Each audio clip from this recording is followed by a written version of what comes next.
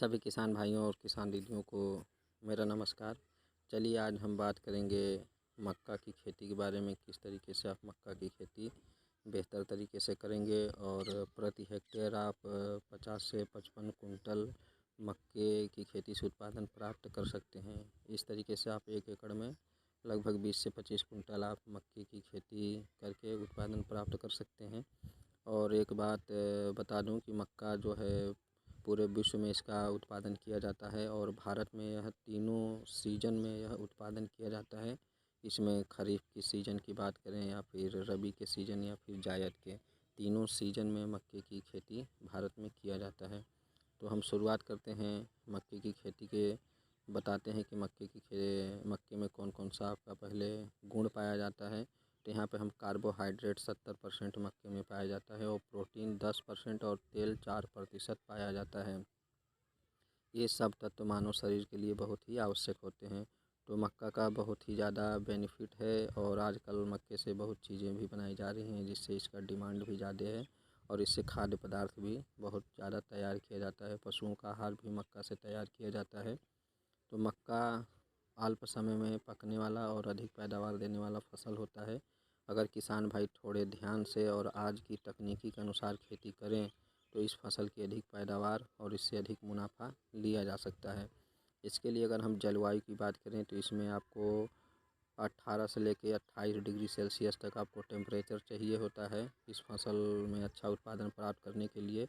और अगर भूमि की बात करें, मिट्टी की बात करें तो इसके लिए दोमट मिट्टी सबसे ज़्यादा उपयुक्त होता है जिसमें उचित मात्रा में जीवाश्म और जल निकासी का अच्छा प्रबंध हो। और मक्के की खेती के साथ आप मिक्स करके मक्के के साथ उड़द का खेती कर सकते हैं, मक्के के साथ सेम भिंडी या मक्के के साथ तिल सोयाबीन का भी खेती आप कर सकते हैं एक साथ करके।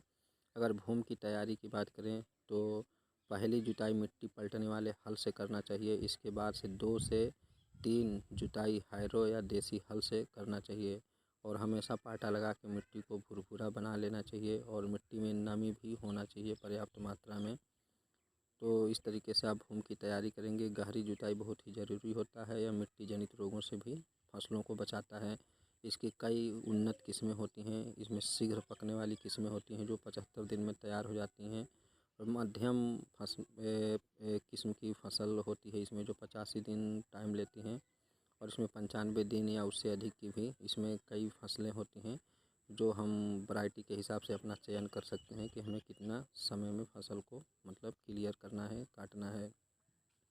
इसमें जो विशेष किस्में होती हैं मक्का में बेबी कॉर्न होता है, पॉपकॉर्न, स्वीट कॉर्न, उच्च प्रोटीन मक्का भी होता है। पशु चारा की किस्में होती हैं, पशु चारा किस्में में जे 1006, प्रताप चेरी 6 और अफ्रीकन टाल इत्यादि होते हैं। बीज की दर की बात करें तो हम प्रति एकड़ 8 किलोग्राम बीज का उपयोग कर सकते हैं। 1 एकड़ खेत में 8 किलोग्राम बीज लगता है।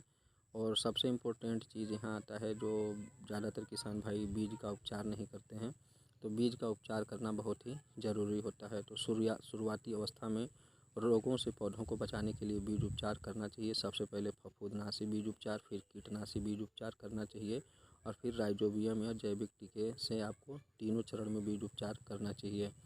और तीनों चरण में जो भी बीज उपचार करते हैं तो बीच में 2-2 घंटे का गैप रखें और 2 घंटा आपको पहला बीज उपचार करने के बाद आपको बीजों को सुखाना भी होता है छाया में। हमेशा बीज उपचार छाया में करें और बीजों को छाया में ही सुखाना है। अगर बात करें फफूंदनाशी बीज उपचार की तो बुआई से पूर्व बीज को थायरम या कार्बेंडाजिम में उपचार करना चाहिए 3 ग्राम प्रति किलो बीज के हिसाब से। इसे पानी से अच्छी तरीके से बीजों को भिगो के और इसको उसमें मिला के उपचार करना चाहिए। फिर फफूंदनाशी से उपचार के बाद 2 घंटे बीजों को सुखाना है छाँव में और फिर हम कीटनाशी उपचार करेंगे। कीटनाशी उपचार के लिए थायोमेथोक्साम या क्लोरोपाइरीफास 2 ग्राम प्रति किलो के हिसाब से बीजों को उपचार करना चाहिए जो कीटनाशी से पौधों को बचाता है, दीमक नहीं लगते हैं। और फिर 2 घंटा बीज को सुखाने के बाद जैविक टीके से बीज को उपचार करना चाहिए।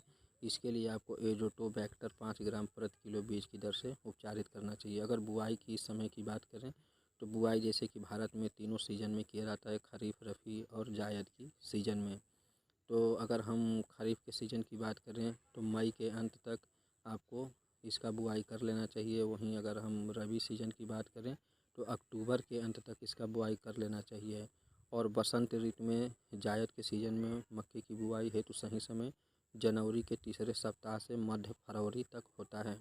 बुआई में देरी करने से अधिक तापमान तथा कम नमी के कारण बीज कम बनता है। तो इस तरीके से आप बुआई तीनों सीजन में किया जाता है। भारत में बीज की दूरी की बात करें तो बीज को हाथों से या सीड ड्रिल मशीन से बोया जा सकता है। और इसमें जो डिस्टेंस होता है लाइन से लाइन की दूरी अगर हम करें तो 75 सेंटीमीटर यानी करीब 2.5 फीट आपको रखना होता है। लाइन से लाइन की दूरी 2.5 फीट आप रखेंगे।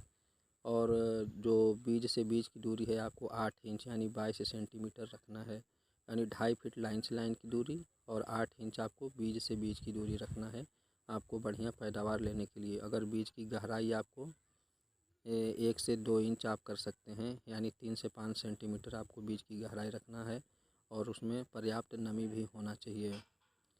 तो इस तरीके से आप छिड़काव विधि से आप इसका बिल्कुल बुआई न करें, इसमें नुकसान ज़्यादा होता है। और खरपतवार नियंत्रण के लिए आपको इसमें निराई करने की ज़रूरत होती है। पहली गुड़ाई बुआई के 25 से 30 दिन पर और दूसरी 40 से 45 दिन पर, यानी कम से कम 2 आपको निराई गुड़ाई आपको कर देना चाहिए। रासायनिक खरपतवार नियंत्रण भी आता है जो पर्यावरण को नुकसान पहुंचाता है, खेतों के लिए भी हानिकारक है, लेकिन कई बार हमें इसका मजबूरी में इस्तेमाल करना पड़ता है। तो इसके लिए आप पेंडिमेंथालिन जो होता है 30 EC आप बुआई के 2 दिन के अंदर इसको 900 ml प्रति एकड़ के हिसाब से 200 लीटर पानी में घोलकर इसका छिड़काव कर सकते हैं।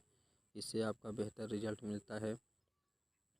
और अगर बात करें इसको हम बुआई के लिए तो आपको मल्चिंग बहुत ही इम्पोर्टेंट होता है। अगर इस खेत में आप बुआई के बाद बीच बीच में जो 75 सेंटीमीटर की लाइन की कतारें होती हैं तो बीच में जो जगह 2.5 फीट का बचता है उसमें आप पुआल का अगर मल्चिंग कर दें तो बहुत ही उत्तम होता है। इससे खेत में नमी भी बना रहता है और घास की समस्या भी कम होती है। और बाद में यही पुआल आपको सड़ के जैविक खाद बन जाता है जो बहुत ही फायदेमंद होता है फसल के लिए।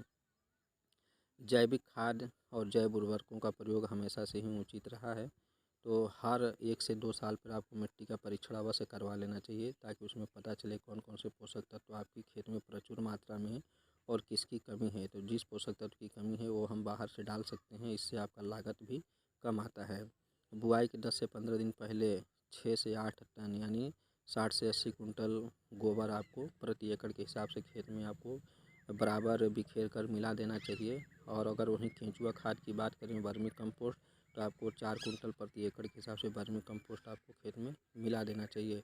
और मिट्टी जनित रोगों को रोकने के लिए आपको ट्राइकोडर्मा 1 से 2 किलोग्राम प्रति एकड़, यानी अगर ट्राइकोडर्मा का आप इस्तेमाल करें मिट्टी जनित रोगों को बचाने के लिए तो 50 किलो गोबर में 50 किलो गोबर को आप भुरभुरा करके उसमें 1 किलोग्राम या 2 किलोग्राम ट्राइकोडर्मा मिक्स करके और खेत में बिखेर कर उसको मिट्टी में मिला देना चाहिए।